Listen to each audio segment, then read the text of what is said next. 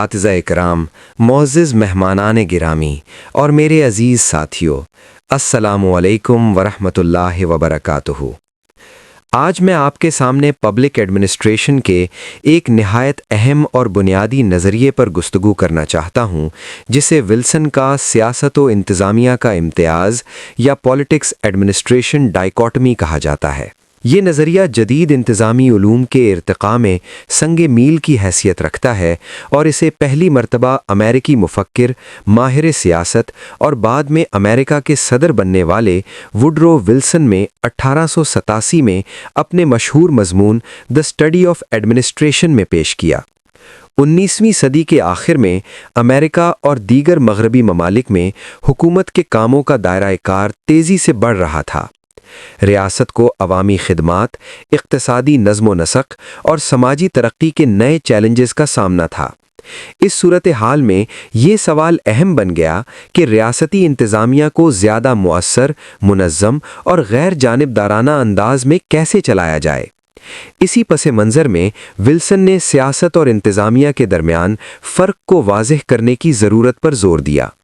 Wilson کے مطابق سیاست اور انتظامیہ دو مختلف مگر ایک دوسرے سے جڑے ہوئے شعبے ہیں۔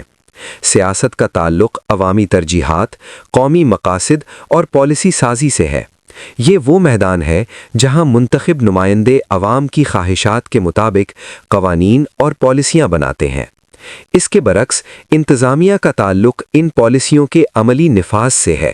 سرکاری افسران اور بیوروکریٹس کا کام یہ ہوتا ہے کہ وہ ان پالیسیوں کو مؤثر، منظم اور غیر جانبدارانہ انداز میں نافذ کریں۔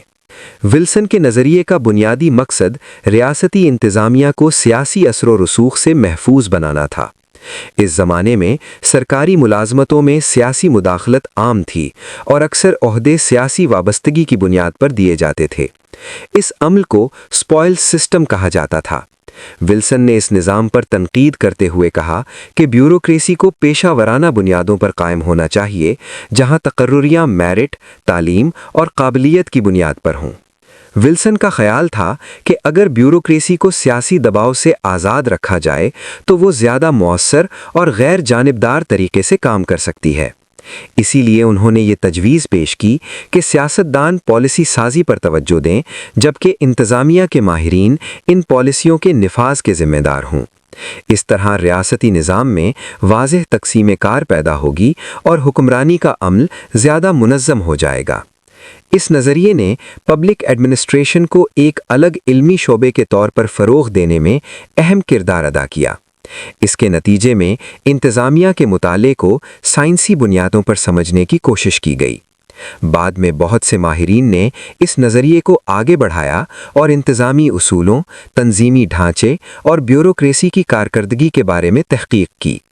تاہم وقت گزرنے کے ساتھ اس نظریے پر تنقید بھی کی گئی۔ بہت سے ماہرین کا کہنا ہے کہ عملی طور پر سیاست اور انتظامیہ کو مکمل طور پر الگ نہیں کیا جا سکتا۔ سرکاری افسران اکثر پالیسی سازی کے عمل میں مشورے دیتے ہیں اور اپنے تجربے کی بنیاد پر حکومتی فیصلوں کو متاثر کرتے ہیں۔ اسی طرح سیاستدان بھی پالیسیوں کے نفاذ کے دوران انتظامی معاملات میں مداخلت کر سکتے ہیں۔ بعض جدید نظریات کے مطابق سیاست اور انتظامیہ کے درمیان تعلق کو مکمل علیحدگی کے بجائے باہمی تعاون کے طور پر دیکھنا چاہیے۔ اس نقطۂ نظر کے مطابق منتخب قیادت اور بیوروکریسی دونوں مل کر پالیسی سازی اور اس کے نفاذ کے عمل میں کردار ادا کرتے ہیں۔ تاہم ولسن کا نظریہ انتظامی علوم میں بنیادی اہمیت رکھتا ہے۔ اس نے پہلی مرتبہ اس بات کو واضح کیا کہ بیوروکریسی کو پیشہ ورانہ مہارت، غیر جانبداری اور قواعد و ضوابط کے مطابق کام کرنا چاہیے۔ اس نظریے نے میرٹ پر مبنی سول سروس، ادارہ جاتی نظم و ضبط اور مؤثر حکمرانی کے اصولوں کو فروغ دیا۔ آج کے دور میں جب ریاستی نظام پہلے سے کہیں زیادہ مچکل ہو چکا ہے، تب بھی ولسن کے خیالات ہمیں یہ سمجھنے میں مدد دیتے ہیں کہ حکمرانی کے عمل میں واضح ذمہ داریوں اور پیشہ ورانہ انتظامیہ کی کتنی اہمیت ہے۔ اگرچہ سیاست اور انتظامیہ کے درمیان مکمل علیحدگی ممکن نہیں، مگر دونوں کے کردار اور حدود کا تعین ایک مؤثر اور شفاف حکمرانی کے لیے ضروری ہے۔ مختصراً پالیٹکس ایڈمنسٹریشن ڈائیکاٹمی جدید پبلک ایڈمنسٹریشن کے نظریاتی ارتقاء میں ایک بنیادی قدم تھا۔ اس نے یہ تصور پیش کیا کہ سیاست پالیسی بناتی ہے جبکہ انتظامیہ اس پر عمل درآمد کرتی ہے۔